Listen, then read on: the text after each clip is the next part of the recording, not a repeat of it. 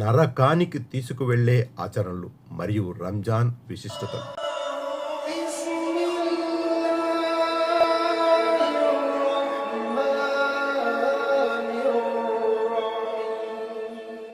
సమస్త స్తోత్రములు సకల లోకములకు ప్రభువు, పాలకుడు, పోషకుడు, సృష్టికర్త, యజమాని అయిన ఆ అల్లాకి మాత్రమే చెల్లుతాయి.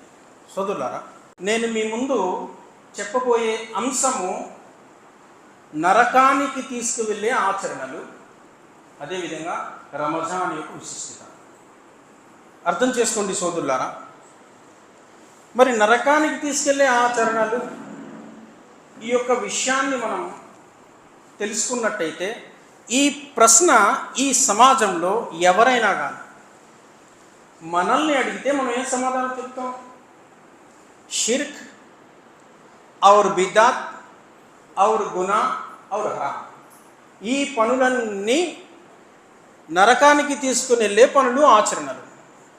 ఈ ఆచరణలు చేసేవారందరూ నరకానికి వెళ్తారు అని చెప్తారు. అయితే ముస్లిం అయి ఉండి తౌహీద్పై ఉంటూ 5 పూటల నమాజు ఆచరించేవారు కూడా నరకానికి వెళ్తారు అంటే చాలామంది విషయాన్ని సహించలేదు. వాస్తవంగా ఖురాన్ మరియు సహీ హదీసుల ప్రకారం ఇలాంటి వారు కూడా నరకానికి వెళ్తారు. హదీస్ వస్తుంది, ప్రవక్త ముహమ్మద్ చెప్తున్నారు, ముస్లిం అయ్యుండి కలిమాయే తయ్యిబాపై ఉంటూ అదే కలిమాపై జీవిస్తూ మరణించిన వారి యొక్క చిన్న చిన్న పాపాలు, పొరపాట్లు కారణంగా అంతిమ దినాన వీరిని కూడా నరకానికి పంపిస్తారు. అయితే కొంతమందిని అల్లాహ్ సుబ్హానహు వ తఆలా వారి యొక్క పాపాలను క్షమించి డైరెక్ట్గా ఆ జన్నత్లోకి వెయ్యొచ్చు, కొంతమందిని నరకాగ్నిలోకి పంపించవచ్చు. అయితే వారు చేసుకున్నటువంటి పాపాలకు తగిన శిక్షను అక్కడ అనుభవించిన తర్వాత మరలా అల్లాహ్ సుబ్హానహు వ తఆలా వారిని తీసి స్వర్గంలో వేయొచ్చు అన్నారు. అయితే షరత్ ఏంటి? అతని జీవిత కాలంలో షిర్క్, అల్లాహ్కి సాటి కల్పించడం అనేది ఉండకూడదు. ఈ హదీస్ సహీ ముస్లింలో వస్తుంది, హదీస్ నెంబర్ 184. దైవప్రవక్త ముహమ్మద్ సల్లల్లాహు అలైహి వసల్లం హదీస్లో చెప్తున్నారు,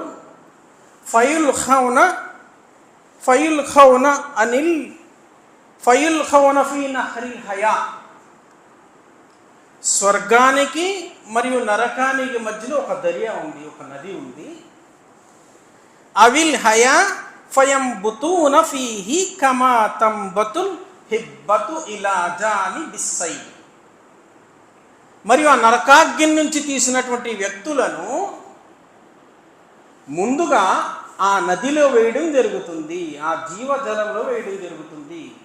అందులో ముంచిన తర్వాత వారిని మరలా స్వర్గంలో వేయడం జరుగుతుంది అన్నారు. ఈ హదీస్ యొక్క పూర్తి అర్థాన్ని మనం పరిశీలించినట్టయితే ఇక్కడ విషయం ఏం చెప్పబడి ఉంది అంటే, నరకాగ్ని నుంచి తీసినటువంటి వ్యక్తులు నల్లని బొగ్గులాగా మారిపోతారు. ఏ ప్రాంతంలో అయితే నమాజ్ ద్వారా సజ్దా ద్వారా మచ్చలు ఏర్పడ్డాయో ఆ ప్రాంతము తప్ప మిగతా శరీరం అంతా ఆ నరకాగ్ని కాల్చుతుంది అన్నారు. ఎందుకంటే ఆ నమాజ్ ద్వారా ఏర్పడ్డ ఆ మచ్చలను, ఆ ప్రాంతాలని అల్లాహ్ సుబ్హానహు వ తఆలా నరకాగ్నికి కాల్చే విషయాన్ని హరాం చేశారు. కాబట్టి నల్లని బొగ్గులాగా ఉన్నటువంటి వ్యక్తులను ఎప్పుడైతే ఈ నదిలో వేయడం జరిగిందో, ఏ విధంగా అయితే ఒక నది ఒడ్డున అప్పుడే ఫ్రెష్గా చిన్న చిన్న మొక్కలు, పచ్చని మొక్కలు మురుస్తాయో అదేవిధంగా ఆ వ్యక్తి కూడా ఫ్రెష్గా అయిపోతాడు. అప్పుడు ఆ వ్యక్తిని తీసి అల్లాహ్ సుబ్హానహు వ తఆలా స్వర్గంలో వేయడం జరుగుతుంది అన్నారు. ఉండి సోదరులారా, ఈ హదీస్ చెప్పిన తర్వాత ఉలమా చెప్తున్నారు, మీరు దువా చేయండి అన్నారు. కాబట్టి ఇక్కడున్న అందరి తరఫున ఈ మెంబర్పై నేను దువా చేస్తున్నాను. వల్ల మాలో ఉండేటువంటి చిన్న చిన్న పాపాలు, పొరపాట్లు, తప్పుల కారణంగా అంతిమ దినాన మమ్మల్ని ఆ నరకాగ్ని నుంచి కాకుండా మా పాపాలని క్షమించి డైరెక్ట్గా ఆ జన్నత్ యొక్క సౌభాగ్యం తీసుకొచ్చు. ఆమీన్. అయితే గ్రహించండి సోదరులారా, మనం తౌహీద్పై ఉన్నాము, అల్హమ్దులిల్లా, నమాజులు ఆచరిస్తూ ఉన్నాము, షిర్క్ అనేది లేదు. అయితే ఏ ఏ ఆచరణలు చేయడం వల్ల, ఏ ఏ ఆచరణలు చేయకపోవడం వల్ల నరకానికి వెళ్తారు? ఖురాన్ హదీస్ ప్రకారం మనకి ఏం చెప్పబడింది? అనేక విషయాలు చెప్పబడింది. ఒక విషయము జకాత్. జకాత్ ఇవ్వకపోవడం వల్ల అంతిమ దినాన తౌహీద్పై ఉండి కూడా అనేక మంది నరకానికి వెళ్తారు అని చెప్పబడింది. చూడండి సోదరులారా, మనందరికీ తెలుసు, జకాత్ ఎవరి వద్ద అయితే 85 గ్రాముల బంగారం ఉందో, లేదా 595 గ్రాముల వెండి ఉందో, లేదా దాని సమానమైనటువంటి డబ్బు ధనం ఉందో, అంటే ఈ రోజుల్లో ఎంతండి? 595 గ్రాములకి సమానమైన డబ్బు ఎంత? సుమారు 1,85,000 చిల్లర ఉంటుంది. ఎవరి వద్ద అయితే ఉందో అది కూడా 1 సంవత్సరం నిలవ అయిపోయి ఉందో, దాని నుంచి జకాతు తప్పకుండా తీసేయాలి. ఇంకా పంట పొలాలపై వచ్చేటువంటి ఆదాయంపై, వాహనాలపై వచ్చేటువంటి ఆదాయంపై, ఏవైతే రెంట్ పర్పస్ వస్తాయో వీటిపై, జంతువులపై కూడా, మూలధనంపై కూడా జకాత్ ఉంది. దాని పరిమాణంలో ఖచ్చితంగా తీసేయాలి. అయితే ఈ దునియాలో ఎంతమంది జకాతును ఖచ్చితంగా తీసుకున్నారు? ఎంతమంది తీసుకున్నారు? చాలామంది ఉలమా చెప్పే మాట ఏంటంటే, చాలామంది జకాత్ విషయంలో నిర్లక్ష్యం కలిగి ఉన్నారు. ఇంకా చెప్పాలంటే గుమ్రా అయిపోయి ఉన్నారు. ఎందుకంటే సోదరులారా, జకాత్ని ఈ ప్రపంచంలో ఉండేటువంటి ముస్లింలు, ధనవంతులైన ముస్లింల వద్ద కరెక్ట్గా వసూలు చేస్తే గరీబు ముస్లింలు ఉంటారు. కానీ జకాత్ సరైన విధంగా, సరైన పరిమాణంలో తీస్తారా ప్రజలు? చాలామంది జకాత్ అనే విషయం వచ్చేటప్పటికి మాట దాటవేస్తారు. జకాత్ నామకహ తీసేవారు ఉన్నారు, చాలామంది తీయనివారు ఉన్నారు. గ్రహించండి సోదరులారా, అసలు జకాత్ ఎప్పుడు తీయాలి, దాన్ని ఎలా ఖర్చు పెట్టాలి, జకాత్ తీయకపోవడం నష్టమేంటి? చూడండి, కొన్ని విషయాలు చెప్పడం ప్రయత్నిస్తాను. జకాత్ ఎప్పుడు తీయాలి? చాలామంది ఏమనుకుంటారంటే రంజాన్ నెల వస్తే జకాత్ తీయాలేమో, ముహర్రం వస్తే జకాత్ తీయాలి, లేదంటే క్యాలెండర్ మారిపోతుంది కదా. అసలు జకాత్ లెక్క పెట్టడానికి, తీయడానికి ఈ నెలలకి ఎలాంటి సంబంధం లేదు. ఎలాంటి సంబంధం లేదు. ఎప్పుడైతే మీ వద్ద 85 గ్రాములు వచ్చి చేరిందో బంగారము, ఎప్పుడైతే 595 గ్రాములు వెండి లేదా సమానమైనటువంటి డబ్బు మీ వద్దకు వచ్చి చేరిందో, సంవత్సరం నిల్వ అయిపోయిందో, మీపై జకాత్ ఫరజ్ అయిపోయింది. ఇది రోజులతో నెలలతో సంబంధం లేదు. జకాత్ ఫరజ్ అయిపోయింది, తప్పకుండా తీసేయవలసింది. అయితే దీన్ని ఎలా ఖర్చు పెట్టాలి అంటే అల్లాహ్ సుబ్హానహు వ ఖురాన్లో సూరా తౌబా 9వ అధ్యాయం ఆయత నంబర్ 60లో చెప్తున్నాడు. సుమారు 8 రకాల వ్యక్తుల గురించి చెప్తున్నాడు. ఈ 8 రకాల వ్యక్తులకి ఖర్చు పెట్టాలి. చూడండి, బానిసలకు, అగత్యపరులకు, నిరుపేదలకు, వీటి కోసం ఏర్పాటు చేయబడిన వారి వరకు, ఇంకా ముసాఫీర్లకు, ఎవరైతే కష్టాల్లో ఇబ్బందుల్లో ఉంటారో వారి యొక్క మెడలను విడిపించడం కోసం 8 రకాల వ్యక్తుల గురించి చెప్పడం జరిగింది. జకాత్ ఖర్చు పెట్టాలి. ఎందుకంటే ఈ యొక్క రంజాన్లో చాలామంది షోకాల్డ్ వక్తలు వస్తారు, వ్యక్తులు వస్తారు. వక్తలు మనకు కనిపించరు, యూట్యూబ్లోనే ఉంటారు. ఏమండి, మీ జకాత్ మాకు పంపిస్తే మేము ఎలా ఖర్చు పెడతాం, అలా ఖర్చు పెడతాం అంటారు. ఇంకా వ్యక్తులు వస్తారు, శుభ్రంగా జుబ్బా వేసుకుంటారు, నీట్గా ఇంతవరకు గడ్డం ఉంటుంది, సజ్జి తగిలించుకుంటారు, రకరకాల ఫోటోలు పెట్టుకుంటారు. అవి వాస్తవమా కాదా అనేది తెలియదు, తిరుగుతూ ఉంటారు, వాళ్ళ పని అది. కాబట్టి సోదరులారా, మనం జకాత్ని ఇచ్చేటప్పుడు సరైన విధంగా అవి ఉపయోగపడే విధంగా ఇవ్వాలి. లేదంటే మనం ఎవరు పడితే వారికి ఇచ్చేస్తే వాస్తవంగా జకాత్ తీసుకునే హక్కుదారుడు మిస్ అయిపోతాం. కాబట్టి సోదరులారా, అర్థం చేసుకోవాలి. అయితే జకాత్ ఇచ్చే స్తోమత ఉండి ఇవ్వకపోతే ఏంటి దైవప్రవక్త మోసమా చెప్తారు, అంతిమ దినాన ఏ వ్యక్తి అయితే ఈ దునియాలో తన యొక్క జకాత్ ధనాన్ని పిసినారితనం చేసి దాచుకున్నాడో, తన బంగారాన్ని, తన కరెన్సీని దాచుకున్నాడో, అంతిమ దినాన వాడి యొక్క ధనాన్నంతటినీ ఒక కాల సర్పంగా మార్చివేయడం జరుగుతుంది అన్నారు. మరి ఆ సర్పము వాడిని చుట్టుకొని వాడు 2 దవడలు పట్టుకొని చెబుతూ ఉంటుంది, అరుస్తూ ఉంటుంది, నేను నీ బంగారాన్ని, నీ ధనాన్ని, నీ కరెన్సీని అని. ఆ విధంగా వాడికి భయంకరమైన శిక్ష పడుతుంది. ఆ తర్వాత అలాంటి వారందరూ నరకాగ్నిలోకి వేయబడతారు. ఒక రకం ప్రజలు అర్థం చేసుకోవాల్సి వద్దున్నారా. జకాత్ ఇచ్చే స్తోమత ఉంటే అల్హమ్దులిల్లా, మనం దాని యొక్క పెర్ఫెక్ట్ రీతిలో జకాత్ ఇచ్చే సద్బుద్ధిని, ఆ భాగ్యాన్ని ప్రసాదించాలని అల్లాహ్తో దువా చేసుకోవాల్సి ఉంది. రెండోవారు ఎవరు అంటే తన తల్లిదండ్రుల పట్ల అవిధేయత చూపేవారు. దైవప్రవక్త ముసలిం చెప్తున్నారు హదీస్లో, లా యదఖులుల్ జన్న, ఆ వ్యక్తి స్వర్గానికి వెళ్ళాడు. సహచరుడు అడిగారు, ఓ దైవ ప్రవక్త, ఎవరా వ్యక్తి? అల్ అహలి వాలిదై, తన తల్లిదండ్రుల పట్ల అవిధేయత చూపేవాడు. తల్లిదండ్రుల పట్ల విధేయత చూపడం అంటే ఏంటి? ఒకే ఒక్క మాటలో చెప్తున్నారు హజరత్ అబ్దుల్లా బిన్ ఉమర్ రజియల్లాహు అన్హు, అల్ బుఖాని హుకూకుల్ వాలిదై. చూడండి, మీ వల్ల, మీ కారణంగా మీ తల్లిదండ్రులు ఏడుస్తున్నారు, అంతే అవిధేయత అంటే అన్నారు. ఇంకేమీ లేదు, అంతే. చూడండి సోదరులారా, ఈ సమాజంలో సంతానం కోసం వారు చేసేటువంటి పనుల కోసం ఎంతమంది పేరెంట్స్ ఏడుస్తున్నారు, తల్లిదండ్రులు. చాలామంది మనం చూస్తూ ఉంటాం, చిన్నప్పటి నుంచి గారాభంగా ఎంతో ప్రేమతో పెంచి పోషించి ఒక ఉన్నతమైనటువంటి స్థానాన్ని తీసుకొచ్చిన తర్వాత వాళ్ళు ఉద్యోగాల నిమిత్తమే ఇతర రాష్ట్రాలకు, ఇతర దేశాలకు పోయి చాలామంది ఉన్నారు కదా. రమజాన్ వచ్చి కూడా పిల్లలతో సంతోషంగా గడపాలి అని తల్లిదండ్రులు చూసి చూసి చూసి వేచి చేసి ఒకరి తర్వాత ఒకరు వారు రాక మరణించిన వారు కూడా ఉన్నారు ఈ దునియాలో. లేరా సోదరులారు, ఉన్నారు కదా. ఇలాంటి వారందరూ కూడా తమ తల్లిదండ్రుల పట్ల విధేయత చూపేవారు. ఇంకా చూడండి సోదరులారా, ఇంకా చాలా దారుణం ఏంటంటే, వృద్ధాప్యానికి చేరుకున్నటువంటి తల్లిదండ్రులను చాలామంది నిర్దాక్షిణ్యంగా తీసుకెళ్లి వృద్ధాశ్రమంలో వదిలేసేవారు కూడా ఉన్నారు. మరికొంతమంది అయితే కొట్టేవారు ఉన్నారు, తిట్టేవారు ఉన్నారు. వీళ్ళందరూ కూడా తమ తల్లిదండ్రుల పట్ల విధేయత చూపేవారు నరకానికి వెళ్ళారు, నరకంలో వేయబడతారు. అసలు తల్లిదండ్రుల గురించి అల్లాహ్ ఏం చెప్పాడు, ఏం తాకీదు చేశాడు, మనపై ఉండే బాధ్యత ఏంటి? అసలు ఎవరైనా ఆలోచన ఇలాంటి వాళ్ళు ఎవరైనా చేస్తారా? అల్లాహ్ సుబ్హానహు వ తఆలా ఖురాన్లో ఎన్నిసార్లు హెచ్చరించాడు తెలుసా? అల్లాహ్ చూడండి, ఒక ఆయతను చెప్పినాడు, వవస్సైనల్ ఇన్సాన బివాలిదైహి హమలత్హు ఉమ్ముహు వహనన్ అలా వహన్ వ అలా ఆమైని అనిష్కుర్ వలి వాలిదైక ఇలయ్యల్ మసీహ్. అల్లాహ్ ఏమంటున్నాడంటే,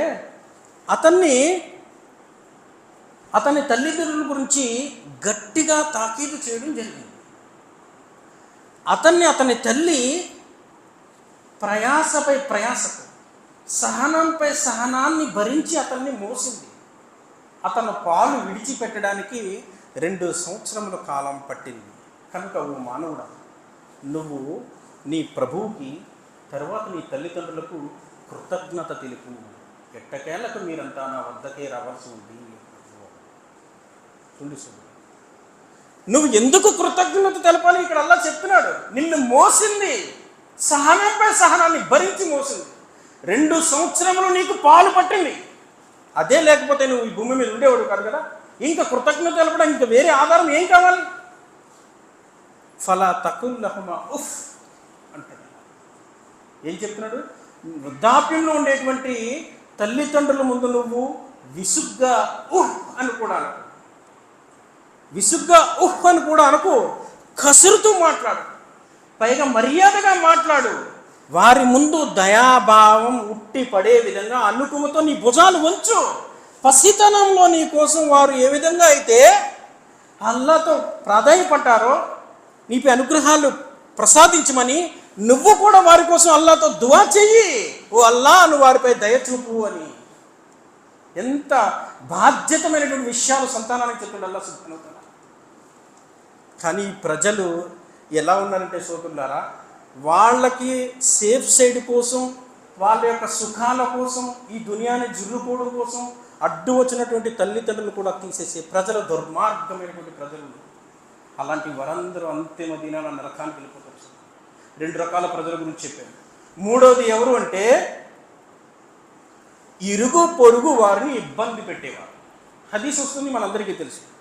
దైవప్రవక్త ముహమ్మద్ సల్లల్లాహు అలైహి వసల్లం వారి వద్దకు ఒక వ్యక్తి వచ్చి అడుగుతాడు, ఓ దైవ ప్రవక్త, ఒక స్త్రీ ఉంది, 5 పూటల నమాజు చదువుతుంది, తౌహీద్పై ఉంది, రమజాన్ నెల వస్తే 30 రోజులు ఉపవాసం పాటిస్తుంది, తన భర్తకు విధేయత చూపుతుంది, కానీ ఇరుగు పొరుగు వారితో అన్ని జగడాలు చేస్తూ ఉంది. మరి ఈ స్త్రీ మరణిస్తే స్వర్గానికి వెళ్తుందా, నరకానికి వెళ్తుందా? మహాప్రవక్త ముహమ్మద్ వారు ఏం చెప్పారు? ఆ స్త్రీ నరకానికి వెళ్తుంది. అదేవిధంగా ఎలాంటిది ఇంకొక హదీస్ వస్తుంది, ఓ దైవ ప్రవక్త, ఒక స్త్రీ ఉంది, ఈ స్త్రీ తౌహీద్పై ఉంది, అంతంత మాత్రంగానే నమాజులు ఆచరిస్తూ ఉంటుంది, కేవలం ఫరజ్ నమాజులు మాత్రమే ఆచరిస్తూ ఉంటుంది, తహజ్జుద్ నమాజు గట్రా చదవదు, కానీ తన భర్తకు విధేయత చూపుతుంది, రమజాన్ నెల వస్తే 30 రోజులు ఉపవాసం ఉంటుంది, ఇరుగు పొరుగు వారితో చాలా మంచిగా ఉంటుంది. మరి ఈ స్త్రీ మరణిస్తే స్వర్గానికి వెళ్తుందా, నరకానికి వెళ్తుందా? ప్రవక్త ముహమ్మద్ వారు ఏమన్నారు? ఈ స్త్రీ స్వర్గానికి వెళ్తుంది అన్నారు. ఇక్కడ చూడండి, ముందుగా చెప్పబడినటువంటి స్త్రీ ఎక్కువ నమాజులు చేస్తుంది, తహజ్జుద్ కూడా చేస్తుంది, కానీ నరకానికి వెళ్తుంది. తర్వాత చెప్పబడిన స్త్రీ అంతంత మాత్రమే నమాజులు చేస్తుంది, స్త్రీ స్వర్గానికి వెళ్తుంది. ఏంటి కారణం? తన ఇరుగు పొరుగు వారితో జగడాలు, గొడవలు, ఫిత్నాలు లేపడమే కారణం. తమ ఇరుగు పొరుగు వారితో ఎవరైతే ఇలా జగడాలు చేసుకుంటూ ఉంటారో వారి సత్కార్యాలు వృధా అయిపోతాయి అని చెప్పడానికి ఇది ఒక ఆధారం సోదరులారా. కాబట్టి అల్హమ్దులిల్లా, ఇరుగు పొరుగు వారితో మంచిగా ఉండాలి. ప్రవక్త ముహమ్మద్ సల్లల్లాహు అలైహి వసల్లం చెప్తున్నారు, ఎవరైతే అల్లాహ్ని అంతిమ దినాన్ని విశ్వసిస్తారో వారు తమ ఇరుగు పొరుగు వారితో ఉన్నతంగా ఉండాలి అన్నారు. అల్హమ్దులిల్లా. కాబట్టి వారు స్త్రీలైనా పురుషులైనా ఉన్నతంగా ఉండాలి. అల్హమ్దులిల్లా. అలాంటి వారి యొక్క విషయాలు సాఫల్యమవుతాయి. అల్హమ్దులిల్లా. నరకాగ్ని నుంచి తప్పించుకుంటారు. లేదంటే ఎన్ని సత్కార్యాలు చేస్తూ ఉన్నా, మనం ఎంత తౌహీద్పై ఉన్నా, మనం పెద్ద గొప్ప జమాతి పేరు చెప్పుకున్నా నరకానికి వెళ్ళిపోతారు సోదరులారా. 3 రకాల వ్యక్తుల గురించి చెప్పాను. ఇక నాలుగవ ప్రజల గురించి ఏం చెప్పబడి ఉందంటే స్త్రీలు. ఏ స్త్రీలైతే అర్ధనగ్న వస్త్రాలను ధరిస్తారో ఆ స్త్రీలు, ఏ స్త్రీలైతే పరదాను విడిచిపెడతారో ఆ స్త్రీలు నరకానికి వెళ్తారు అని చెప్పండి. యదఖులున్నా ఆ స్త్రీ నరకానికి వెళ్తుంది. ఎందుకు అంటే శరీరం కనిపించేలా వస్త్రాలను ధరించడం వల్ల.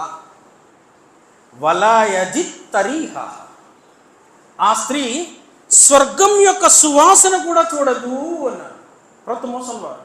అల్ ముతబర్రిజాత్ అల్ ముతకయ్యిలాత్. ఈ హదీస్ ఎలా ఉంది అంటే నరకానికి వెళ్ళే స్త్రీకి 2 గుణాలు ఉన్నాయి. ఒక గుణము ఏమిటి అంటే ఆ స్త్రీ నడవడికి ఎలా ఉంటుందంటే నడిచేటప్పుడు ప్రజలు తన వైపు చూసేలా నడుస్తుంది, ఒక గుణం. రెండవ గుణము పురుషుడు తన వైపు చూసి ఆకర్షించేలా నడుస్తుంది అంట. అలాంటి స్త్రీలపై అల్లా యొక్క లానత్ ఉంటుంది, శాపం ఉంటుంది అన్న. చూడండి సోదరులారా, ఇలాంటి వారు అంతిమ దినాన ఎక్కువ శాతం నరకానికి వెళ్ళిపోతారు. సలాసతున్ హర్రమల్లాహు అలైహిముల్ జన్నా, 3 వ్యక్తులపై అల్లా స్వర్గం నిషిద్ధం చేశారు. ఇది పురుషుల గురించి చెప్పడం జరిగింది. ఎవరా 3 వ్యక్తులు? ఒక వ్యక్తి ముద్దుమినుల్ ఖమర్, ఆ వ్యక్తి నిత్యము మద్యము సేవించేవాడు. రెండో వ్యక్తి అల్లాహ్ లివాలిదైన్, తన తల్లిదండ్రుల పట్ల అవిధేయత చూపేవాడు. మూడో వ్యక్తి అద్దయ్యూస్ అంటే ఎవరి సంరక్షణలో అయితే స్త్రీలు ఉంటారో, తన చెల్లి అయినా, తన అక్క అయినా, తన భార్య అయినా, తల్లి అయినా, కూతురైనా, ఎవరి సంరక్షణలో అయితే స్త్రీలు ఉంటారో వారు బేపరదిగా తిరుగుతూ ఉంటే, పరదా లేకుండా తిరుగుతూ ఉంటే, ఇతర వ్యక్తులతో పరదా లేకుండా సంభాషిస్తూ ఉంటే అది చూసి కూడా ఈ సంరక్షకులు ఆ పని వారు అజమాయిషీలో పెట్టని వారు అద్దయ్యూస్ అయిపోతారన్న. అంతిమ దినాన ఈ స్త్రీలు అద్దయ్యూస్ అయిపోయిన వారు ఇరువురు కూడా నరకాగ్నికి వెళ్ళిపోతారు. కాబట్టి సోదరులారా, షరియత్ ఏ విధంగా అయితే మనల్ని ఇక్కడ జీవించమని చెప్తుందో ఆ విధంగా ఉంటేనే మనకి జన్నత్ కామయాబ్ అవుతుంది. మనం ఎలా పడితే అలా ఉంటే కాదు. చూడండి, ఉదాహరణకి స్త్రీల గురించి మాట్లాడుతున్నాం కాబట్టి స్త్రీలు ఎవరిని ఆదర్శంగా తీసుకోవాలి? మోడ్రన్ కల్చర్ని చెప్పే వల్ల, ఇంకా లేక సహబియాత్ ఆ రోజుల్లో ఎలాంటి పరదా చూపించేవారు? హజరత్ అబ్దుల్లా బిన్ అబ్బాస్ రజియల్లాహు అన్హు వారి యొక్క ఉల్లేఖనం హదీస్ ఎలా వస్తుంది? దైవప్రవక్త మూసలో చెప్తున్నారు,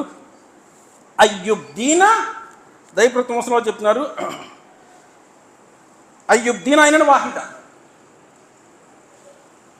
ఆ రోజుల్లో పరదా వ్యవస్థ ఎలా ఉండేదంటే, వారు దుప్పట్లు కప్పుకునేవారు, తమ యొక్క శరీరాన్నంతటినీ కప్పుకోవడమే కాకుండా తమ యొక్క శిరస్సు పైభాగం నుంచి కూడా, ఆమె యొక్క ముఖము పైభాగం నుంచి కూడా ఒక కన్ను సైతం మూసి పరదా కప్పుకునేవారు.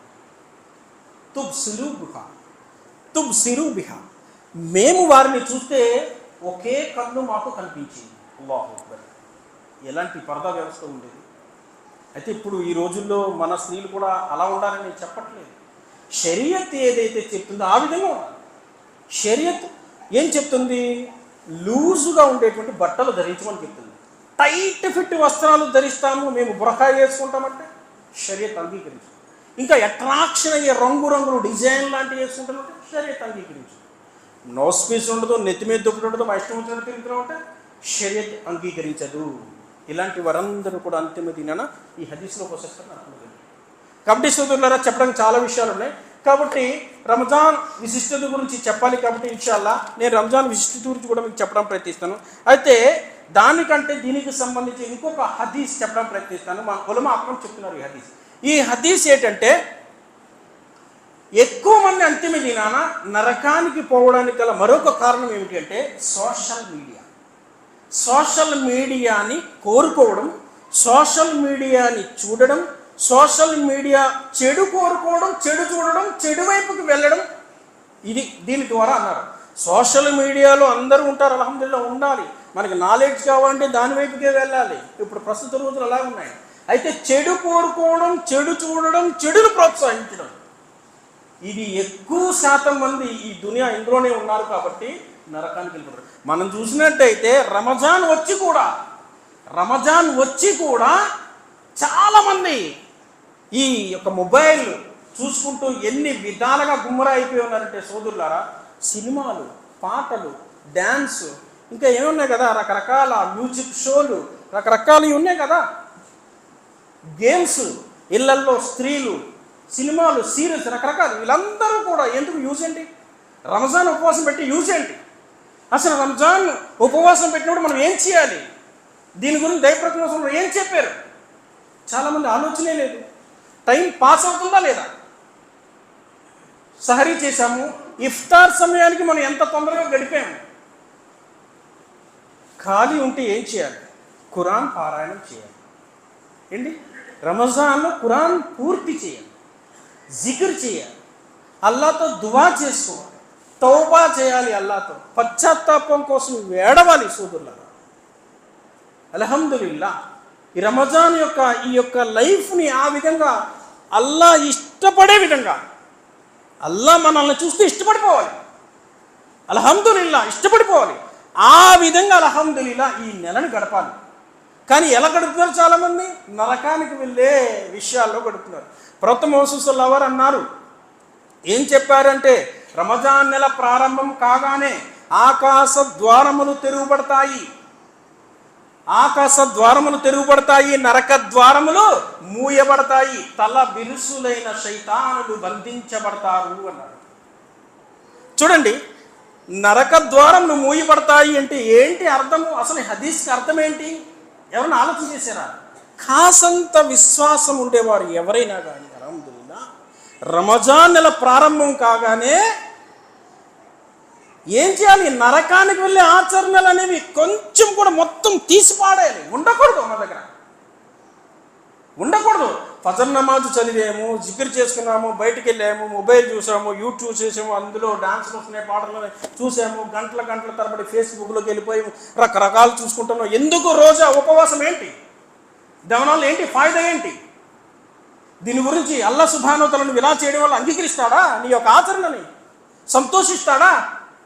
రమజాన్ నెల ఉపవాసం చేయడం వల్ల అల్లాహ్ సుబ్హానహు వ తఆలా ఆ దాసుడిపై ప్రేమ కలుగుతుంది అన్నారు. ప్రేమ, నిన్ను ఇష్టపడతాడు అత్యంత ఎక్కువగా. చూడండి, రమజాన్ యొక్క రోజేదారి యొక్క నోటి నుంచి వచ్చేటువంటి సువాసన ఏదైతే ఉందో ఆ యొక్క దుర్వాసన నోటి నుంచి రోజేదారికి ఏమొస్తుంది? బ్యాడ్ స్మెల్ వస్తుంది. అల్లాహ్ సుబ్హానహు వ తఆలా దృష్టిలో అది కస్తూరి కంటే ఇష్టమైనది. మరి మన యొక్క ఆచరణ ద్వారా వాటిని అల్లాహ్తో ఇష్టపడాలి. చూడండి సోదరులారా, ఈ చెడు సోషల్ మీడియా వైపుకి వెళ్ళిపోతూ ఉంటే మన రంజాన్ కూడా బర్బాద్ అయిపోతుంది. ఇంకొక హదీస్ వస్తుంది, దైవప్రవక్త ముహమ్మద్ చెప్తారు చూడండి, ఈ నెలలో ఉపవాసం యొక్క ఘనత ఎలాంటిదంటే, ఒక్క ఉపవాసం మన యొక్క ముఖాన్ని 70 సంవత్సరముల కాలం పాటు ఒక వ్యక్తి ప్రయాణం చేస్తే ఎంత దూరం అయితే ప్రయాణం చేస్తాడో అంత దూరాన్ని నరకాగ్నికి అల్లాహ్ దూరం చేస్తాడు. ఒక్క ఉపవాసం ఘనత. అల్హమ్దులిల్లాహ్. అల్లాహ్ సుబ్హానహు వ తఆలా అంతగా ఇష్టపడతాడు రంజాన్ యొక్క ఉపవాసం. రమజాన్ యొక్క ఉపవాసాన్ని, ఒక్క ఉపవాసాన్ని మిస్ అవుతే దానికి ఘనత ఏంటో తెలుసా? సంవత్సరం మొత్తం నువ్వు ఉపవాసం పెట్టినా దాని ఘనతని ఫీల్ చేయలేవు అన్నారు. అంత గొప్ప ఘనత రమజాన్ యొక్క ఉపవాసం ఘనత. చూడండి సోదరులారా, ఇంకా దైవప్రవక్త ముహమ్మద్ చెప్తున్నారు, ఉపవాసం నరకానికి ఒక డాల్ వంటిది, రక్షణ కవచం వంటిది అన్నారు. ఇఫ్తార్ సమయంలో ప్రతిరోజు అల్లాహ్ సుబ్హానహు వ తఆలా అనేక మంది నరకవాసులకు విముక్తి చేస్తాడు అన్నారు. ఇఫ్తార్ సమయంలో ఏంటి? ఈ హదీస్ని ఎలా అర్థం చేసుకోవాలి? ఇఫ్తార్ సమయంలో అనేక మందిని విముక్తి కలిగిస్తాడంటే, ఇఫ్తార్ సమయంలో మన సమయాన్ని వృధా కానివ్వకుండా ఆ సమయానికి ముందుగా కూర్చుని అల్లాహ్తో దువా చేసుకో. అల్లాహుమ్మ అజిర్ని మినన్నార్, అల్లాహుమ్మ అజిర్ని మినన్నార్, అల్లాహుమ్మ అజిర్ని మినన్నార్, అల్లాహుమ్మ ఇన్ని అస్సలుకల్ జన్నా, అల్లాహుమ్మ ఇన్ని అస్సలుకల్ జన్నా, అల్లాహుమ్మ ఇన్ని అస్సలుకల్ జన్నా. దువా చేయాలి. అల్హమ్దులిల్లాహ్ సుబ్హానహు వ తఆలా నీ పక్కనే దైవదూతలు ఉంటారు. ఆమీన్ అంటే ఏమవుతుంది? నరకాగ్ని నుంచి విడుదల చేయబడుతుంది. అలాంటి వాసులు ఎంతో మంది విడుదల చేయబడతారు. అల్హమ్దులిల్లాహ్. రమజాన్ ఉపవాసం యొక్క ఘనత ఇంకా కేవలం 5-6 రోజుల్లో మన ముందుకు వచ్చేసింది. మరొక జుమ్మా లేదు. కాబట్టి సోదరులారా, ముందుగా ఈ రోజుల్లో మనం ప్రిపరేషన్ కలిగి ఉండాలి. రంజాన్కి ప్రిపరేషన్ కలిగి ఉండాలన్నారు మన ఉలమా చెప్తున్నారు.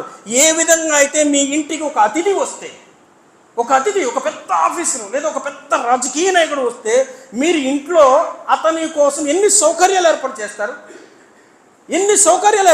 ఎక్కడ లోటు రాకూడదు కదా. అదేవిధంగా గొప్ప అతిథి రమజాన్ మాసం వస్తుంది, ఇంట్లో అన్ని సౌకర్యాలు ఏర్పాటు చేసుకోవాలి, ప్రిపరేషన్ చేసుకోవాలి సోదరులారా. క్రిందటి సంవత్సరంలో ఏదైనా 1-2 రోజాలు ఉంటే అవి కూడా సంపూర్ణంగా క్లియర్ చేసుకోవాలి. రమజాన్కి మనం ఫ్రెష్ అయిపోవాలి. దైవప్రవక్త ముహమ్మద్ వారు షాబాన్ నెలలో 15 రోజులు రోజా పెట్టేవారు, తర్వాత వదిలేసేవారు. ఎందుకు వదిలేసేవారు? రమజాన్ కోసం ప్రిపరేషన్ చేసుకునేవారు. కాబట్టి సోదరులారా అర్థం చేసుకోవాలి. ఇంకా దైవప్రవక్త ముహమ్మద్ చెప్తున్నారు, ఆదాం సంతానంలో ఈ దునియాలో చేసుకున్నటువంటి ప్రతి సత్కార్యానికి కూడా దాని ప్రతిఫలం ఇంత అని వ్రాయబడి ఉంది. కానీ రమజాన్ యొక్క రోజేదారికి, ఉపవాసానికి గల పుణ్యఫలం ఇంత అని ఈ దునియాలో ఎక్కడ రాయబడి లేదు. రోజాకి ఇంత పుణ్యఫలం అని ఎక్కడా లేదు. అయితే ప్రవక్త ముహమ్మద్ చెప్తున్నారు, అంతిమ దినాన రోజేదారి యొక్క పుణ్యఫలం స్వయంగా అల్లాహ్ ఆయన యొక్క చేతుల మీదుగా ప్రసాదిస్తాడన్నారు. అల్లాహు అక్బర్. ఎంత గొప్ప ఘనత రంజాన్ యొక్క ఉపవాసం, ఎంత గొప్ప ఘనత గ్రహించండి సోదరులు. అందుకే దైవప్రవక్త ముహమ్మద్ వారు చెప్పారు, మనం చాలాసార్లు ఈ హదీస్ విన్నాం, అయినా వినాలి. మొదటి మెంబర్ ఎక్కగానే ఆమీన్ అన్నారు, రెండో మెట్టు ఎక్కగానే ఆమీన్ అన్నారు, మూడవ మెట్టు ఎక్కగానే ఆమీన్ అన్నారు. విన్నారు కదా. సహచరులు జుమ్మా ఖుతుబా అయిపోయిన తర్వాత దైవప్రవక్త ముహమ్మద్ వారిని అడిగారు, ఓ దైవ ప్రవక్త, మీరు ఒక విచిత్రంగా ఒక విషయాన్ని మాకు తెలియపరిచారు, మెంబర్పై ఎక్కినప్పుడల్లా ఆమీన్ అన్నారు, ఏంటి విషయం? అప్పుడు ప్రవక్త ముహమ్మద్ వారు చెప్పారు, నేను మొదటి మెట్టు ఎక్కగానే జిబ్రీలు నా వద్దకు వచ్చి చెప్పారు, ఏంటి ఎవరి జీవిత కాలంలో అయితే రమజాన్ నెల వచ్చి దాని పుణ్యఫలాన్ని పొందలేదో వాడు వినాశనమవుగాక. రెండో మెంబర్ ఎక్కగానే ముహమ్మద్ పేరు రాగానే ఏం చెప్పాలన్నారు? సల్లల్లాహు అలైహి వసల్లం అల్లాహుమ్మ సల్లి అలా ముహమ్మద్ వ అలా అలి ముహమ్మద్ కమా సల్లైత అలా ఇబ్రాహీమ వ అలా అలి ఇబ్రాహీమ ఇన్నక హమీదుమ్ మజీద్, లేదా దరూద్ చదవండి, సల్లల్లాహు అలైహి వసల్లం చెప్పండి అన్నారు. అలా చెప్పకపోతే వాడు వినాశనమవుగాక అన్నారు. మూడో మెంబర్ ఎక్కినప్పుడు ఎవరికైతే వృద్ధాప్యంలో తల్లిదండ్రులుండి వారికి సేవ చేసి స్వర్గాన్ని పొందలేదో వాడు వినాశనమవుగాక అన్నారు. ఇక్కడ మొదటి మెంబర్ ఎక్కినప్పుడు ఏం చెప్పారు? ఎవరి జీవిత కాలంలో అయితే రమజాన్ నెల వచ్చి దాన్ని పుణ్యఫలాన్ని పొందలేదో వాడు వినాశనం అయిపోతాడు. చూడండి సోదరులారా, రమజాన్ వచ్చి పుణ్యఫలాన్ని పొందకపోవడం అనేది ఎన్ని రకాలుగా ఉంది. ఒక రకం చూడండి, వివరిస్తాను మీకు. ఒక రకం రమజాన్ నెల వస్తుంది, అద్భుతమైన నెల, శుభాల సరోవరమైన నెల, అల్లాహ్ కారుణ్యాన్ని ప్రసాదించే నెల. ఆ నెలలో 1 రూపాయి దానం చేసిన 70 రూపాయల యొక్క పుణ్యాన్ని ప్రసాదించే నెల. ఖురాన్ తెరిచి 1 అలీఫ్ చదివితే 10 పుణ్యాలు ప్రసాదించే నెల. ఖురాన్ పూర్తిగా చదివితే ఎన్ని కోట్ల పుణ్యాలు వచ్చే నెల. చూడండి, ఒక్కరోజు 1000 నెలల కంటే శ్రేష్టమైనటువంటి రోజును అవతరింపజేసినటువంటి నెల. అలాంటి నెల వచ్చి కూడా చాలామంది ఉపవాసం పెట్టే శక్తి ఉండి కూడా పెట్టరు. అలాంటి వాళ్ళు వినాశనం అయిపోతారు. ఒక రకం ప్రజలు. కొంతమంది ఉపవాసం పెడతారు, కానీ తన ఉపవాసాన్ని తానే బర్బాద్ చేసుకుంటాడు. తెలుసా మీకు ఎలా బర్బాద్ చేసుకుంటాడు? ఈ రమజాన్ నెల రాగానే చాలా మందిలో ఉండేటువంటి ఒక చెడు గుణం ఏంటంటే నరకద్వారాలు మూయబడతాయి మన ఆచరణల వల్ల. కానీ మన ఆచరణల వల్లే వాళ్ళు సేవ్ చేసుకుంటారు. ఏంటో తెలుసా? ఎప్పుడైతే రమజాన్ నెల వచ్చిందో చాలామంది పనుల ఒత్తిడిని కొంచెం తగ్గించుకుంటారు.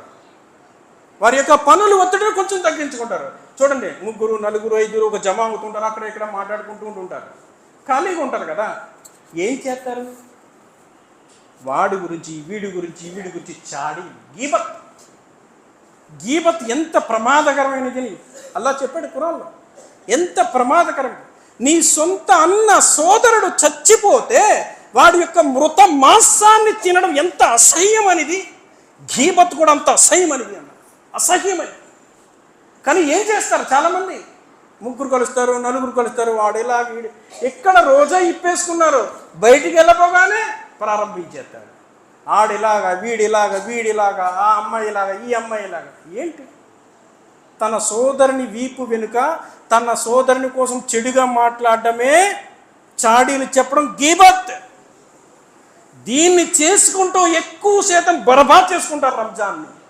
రమజాన్ నెల వచ్చి కూడా దాన్ని పుణ్యఫలాన్ని పొందని వాడు వినాశనం అయిపోతాడంటే హదీస్కి ఇదొక కారణం సోదరులారా. కాబట్టి ఏం చేయాలి ఈ నెలలో? మనం ఈ నెలలో ఏం చేయాలి? ఇబాదత్. వీలైనంత మట్టికి ఎక్కువ అల్లాహ్తో ఇబాదత్ చేయాలి.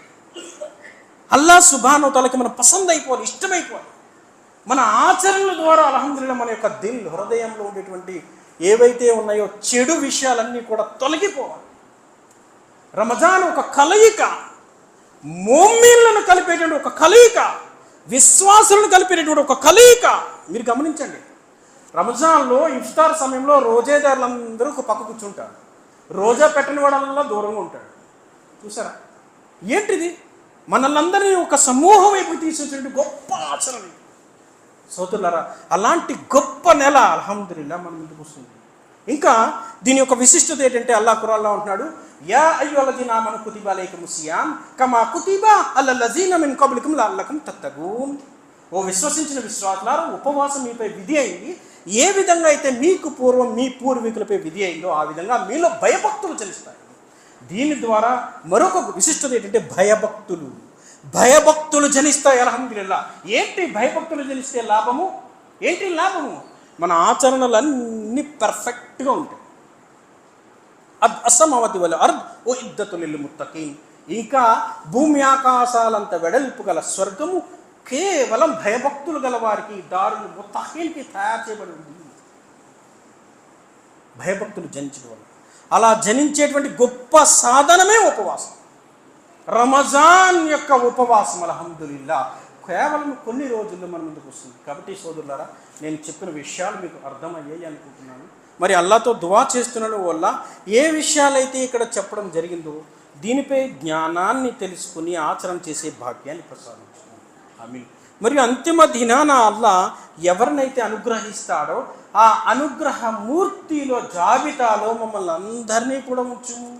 ఆమీన్. అంతిమ దినాన అల్లాహ్ సుబ్హానహు వ తఆలా మా యొక్క ఆచరణలను తీసుకుని మమ్మల్ని నరకాగ్ని నుంచి కాకుండా డైరెక్ట్గా ఆ జన్నత్ యొక్క సౌభాగ్యాన్ని ప్రసాదించము. మా పాపాలని, మా తప్పులను, మా పొరపాట్లను క్షమించే భాగ్యాన్ని ప్రసాదించము.